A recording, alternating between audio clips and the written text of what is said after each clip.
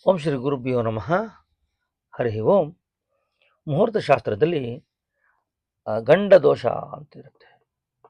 ಗಂಡ ದೋಷ ಏನಿದೆ? ಗಂಡ ದೋಷ ಅಂದರೆ ಮುಹೂರ್ತ ಶಾಸ್ತ್ರದ ದಿನ ನಾವು ಯಾವತ್ತು ಮುಹೂರ್ತವನ್ನು ಹಿಡಿತೀವೋ ಆವತ್ತು ಶನಿಯಿಂದ, ಅಂದರೆ ಶನಿ ಇರ್ತಕ್ಕಂಥ ನಕ್ಷತ್ರದಿಂದ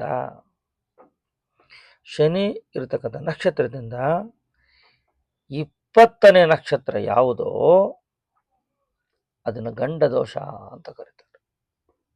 ಅಂದರೆ ನಾವು ಮುಹೂರ್ತ ಇಡುವ ದಿನ ಶನಿಯಿಂದ 20ನೇ ನಕ್ಷತ್ರ ಯಾವುದೋ ಅದು ಗಂಡ ನಕ್ಷತ್ರ, ಗಂಡಾಂತರ, ಗಂಡ ದೋಷ ಅಂತ ಕರೀತಾರೆ. ಆನಂತರ ಅಶ್ವಿನಿ, ಮೂಲ, ಮಗ ಅಥವಾ ಮಕ ನಕ್ಷತ್ರ,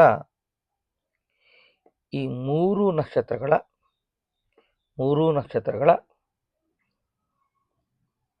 ಮೊದಲ ಪಾದ ಅದು ಶುಭ ಅಲ್ಲ, ಅದು ಗಂಡಾಂತರ.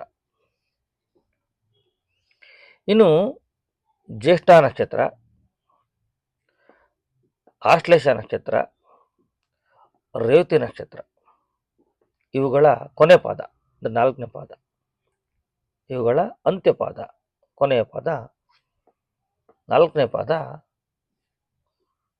ಗಂಡಾಂತರ ದೋಷ ಅಂತ ಕರೀತಾರೆ. ಗಂಡಾಂತರ ದೋಷ.